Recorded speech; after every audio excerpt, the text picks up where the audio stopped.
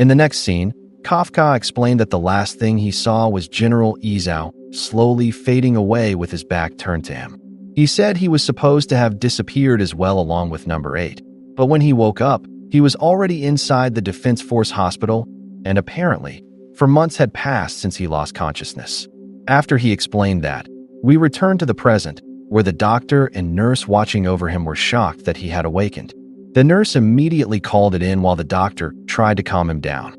When he turned to look at his reflection in the window, he wondered aloud who the heck he was seeing, surprised by how much his appearance had changed in a dirty way. After that, while he was eating, he caught up on the information he had missed. He found out that 1,316 kaiju had emerged, 18 of which were daikaiju, and among them, 7 were identified kaiju, including one special case. The damage caused by the incident amounted to 56.4 trillion yen.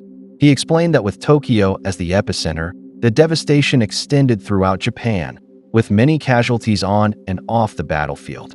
He added that although the extent of the damage was said to be miraculously small, the cataclysm caused by Kaiju No. 9 was still considered the greatest major cataclysm in Defense Force history.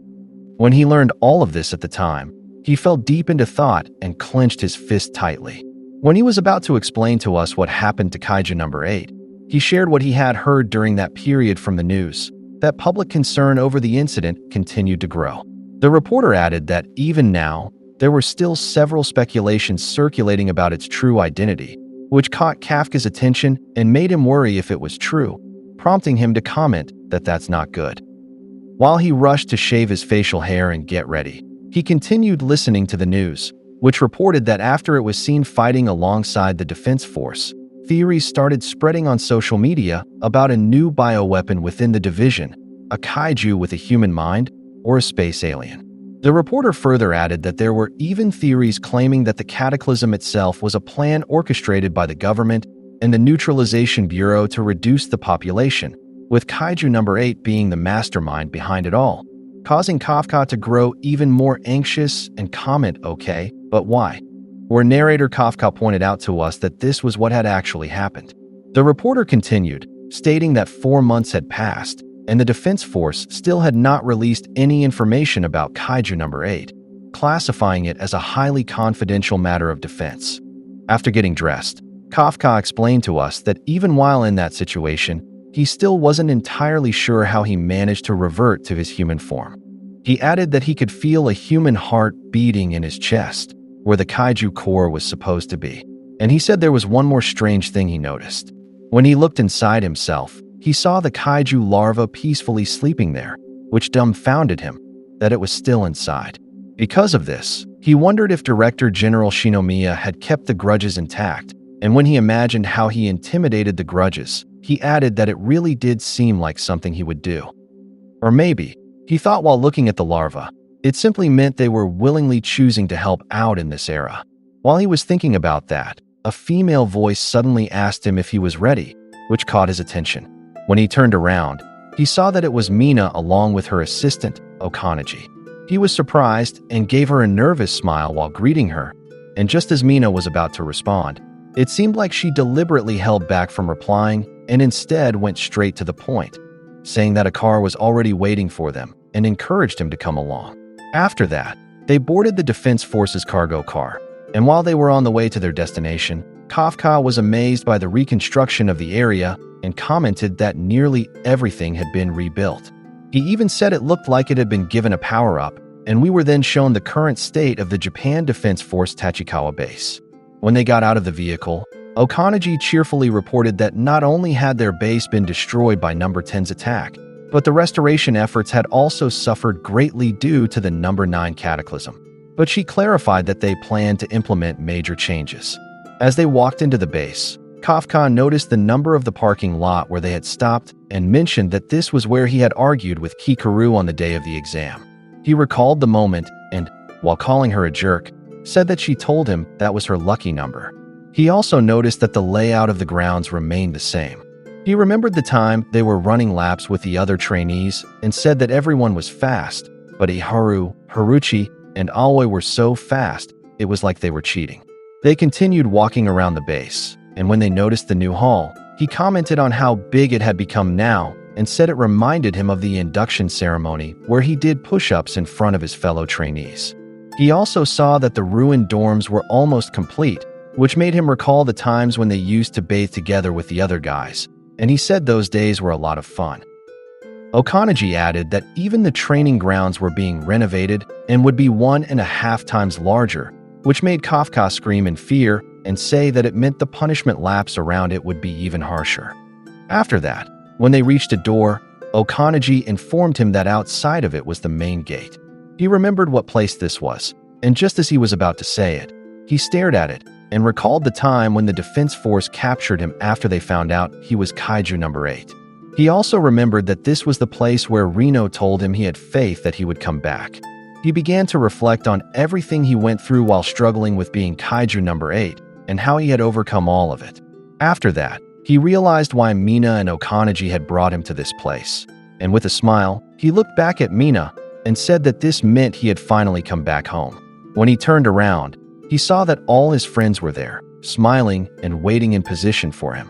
His eyes widened in shock as he looked around at the smiles they gave him when they saw him. He began to stammer because of it, but before he could finish what he was about to say, Reno stepped in and said with a smile that he was glad he had come back. It struck Kafka deeply, and Reno added that he always had faith he would return to them. Kafka looked at them again after hearing that. He couldn't hold back his emotions anymore, and tears began to form in his eyes, so he shut them tightly to stop them from falling. He covered his eyes afterward and suddenly squatted down, which surprised Mina and Reno. He started slapping himself to stop the tears from falling, which made Kikaru sigh as she watched him. After that, he stood up again and prepared to respond to what Reno said to him. Despite trying to hold it in, he couldn't do it anymore and finally burst into tears, with snot coming out as well, as he happily said that he was glad to be back too. Suddenly, Ihara charged at him full of energy and gave him a happy tackle, knocking him down. Iharu was surprised at how easily Kafka fell and asked if he was out of practice, to which Kafka, annoyed, pointed out that he had been asleep for 4 months and sarcastically called him a genius, making the others around them laugh. Haruchi commented that Iharu was really dauntless when it came to things like this, and added that at least he was making the situation less awkward for everyone, while Aoi said that with that kind of attitude, he'd really make a great spearhead captain of the 3rd Division. After that, Hikaru helped Kafka stand, and one by one, everyone began approaching him to talk, while Hashina, Mina, and Onii-Chan just watched them with smiles. Hikaru teasingly told him that he had been asleep for so long that she wondered if he was ever going to wake up, while Iharu pointed out that they visited him from time to time and asked if he didn't notice them. Kafka then pointed out that how could he, when he was asleep. Reno then informed him that while he was unconscious, Guki had gotten married to Rin Tsukino, which Kafka found difficult to believe and comment that it was a shock and a half. As he laughed again with his friends, Kafka decided to tell us what happened to all of them afterwards. He informed us that in the following year, Reno, Iharu, Haruchi, and Aoi would be appointed as platoon commanders, and because of that, according to analysts at headquarters, the 3rd Division would now be considered as strong as the 1st Division in terms of combat ability and had entered what they called its golden age. He added that the defense force had expected the number of applicants to drop because of the number 9 cataclysm. But contrary to their expectations, the number of applicants had quadrupled compared to the previous year, which meant Mina and Hashina were now extremely busy. They were shown to us next, overwhelmed with paperwork. Mina beginning to lose her composure and tear up as she complained that she hated office work, Onii-Chan clearly panicking from the number of applicants, and Hashina pushing himself to accomplish as much as he could.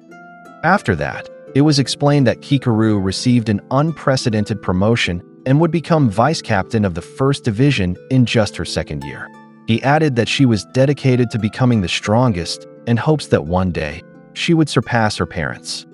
Along with that, he said that Vice Captain Hasegawa was assigned as an HQ staff officer, and because of this, Hasegawa mentioned that Narumi had voiced a complaint driven by pride, even though he had no actual intention of transferring to headquarters. To calm Narumi's intense anger over Hasegawa leaving without bringing him along, Hikaru told him that the captain of the first division needed to be the strongest, and asked who in the world could replace him if he were to leave, something that immediately caught Narumi's attention. Hikaru's mind game worked, and Narumi calmed down while commenting that she had a good point. Hikaru then signaled to Hasegawa that she would force him out of there one day, to which he gave her a thumbs up and commented that now he could finally leave things to Narumi. After that, Kafka added that apparently, it wasn't just their combat power that was growing. He informed us that there were 7 identified kaiju neutralized during the number 9 cataclysm, and the tissue from 6 of them, excluding the already weaponized number 10, was currently being stored. One of them, number 12, reportedly showed aptitude for Captain Soichiro of the Western Division. But since all of them were extremely dangerous kaiju with advanced intelligence and sentience, it was still being carefully debated whether to convert them into weapons or simply dispose of them. In particular, the tissue of Kaiju number 9 was placed into number 6 level cold storage and was currently under strict lockdown in the deepest part of Arya K base. And lastly, he added, this was his situation. He was shown buying onigiri from a convenience store. While scanning his purchase at the self-service lane, a strong earthquake suddenly struck, terrifying the people around him and making them suspect that a kaiju might be the cause. Kafka immediately went outside to assess the situation. He informed the people nearby that he was part of the defense force and asked everyone to calmly follow the evacuation instructions. Moments later, a giant kaiju appeared in their area and quickly destroyed a nearby building. The people started fleeing in fear, while Kafka immediately reported to the control room that a kaiju emergence had occurred in the Nishikamachi district. Hashina responded that they had already picked up the signal and would be dispatching the division immediately. He warned Kafka to be careful of Yoju and to assist in guiding civilians to safety, which Kafka promptly followed. But just as he was about to move, Hashina called his attention again and seriously pointed out that research facilities around the world were eager to discover the true identity of Kaiju number 8, and that if his secret was revealed, it would put him in danger. Hashina warned him not to do anything stupid, and after a brief moment of hesitation, Kafka replied that he understood and would stick to rearguard support until the division arrived. After that, he helped guide people toward the evacuation zones, informing them that he was with the defense force. After a while, most civilians had evacuated, but unfortunately, 2 children, a girl and a boy, were left behind in the area, now face to face with the terrifying kaiju that had emerged there. Fear was written all over the children's faces as they stared at the monster. The kaiju began sniffing them, and due to the overwhelming fear, the boy lost hope and thought there was nothing they could do now, that they wouldn't be able to escape. However, the girl didn't give up. Despite the intense fear she felt, she stood up and declared that she would join the defense force. She picked up a metal rod and pointed it at the kaiju, shouting that this wasn't the time to be afraid of a creature like that, surprising the boy. While seated on the ground, he saw the billboard behind the kaiju stating that the Japanese Defense Force was accepting applicants, and because of that, it seemed he realized that his companion was right. He picked up a stone in each hand and thought that if they couldn't run, then they might as well fight. He stood beside the girl, and together they faced the kaiju with courage. The kaiju then began to charge at them, and they didn't back down. They fully braced for it with bravery. The force of the kaiju's charge caused a massive explosion in the area, flinging debris everywhere. But a high-speed shadow emerged from the impact. It caught the kaiju's attention, and it was revealed that Kafka had arrived and rescued the 2 children before the monster could eat them.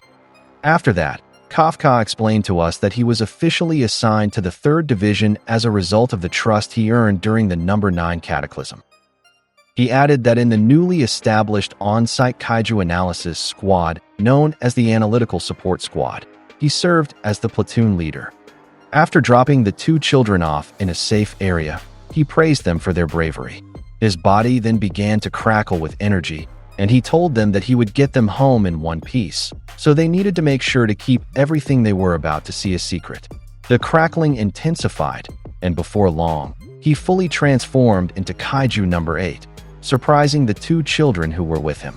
They stood there, jaws dropped as they stared at him, and Kafka added to us that he was a platoon leader, and that occasionally, he still fought as Kaiju number 8. We've finally reached the final chapter of this amazing manga.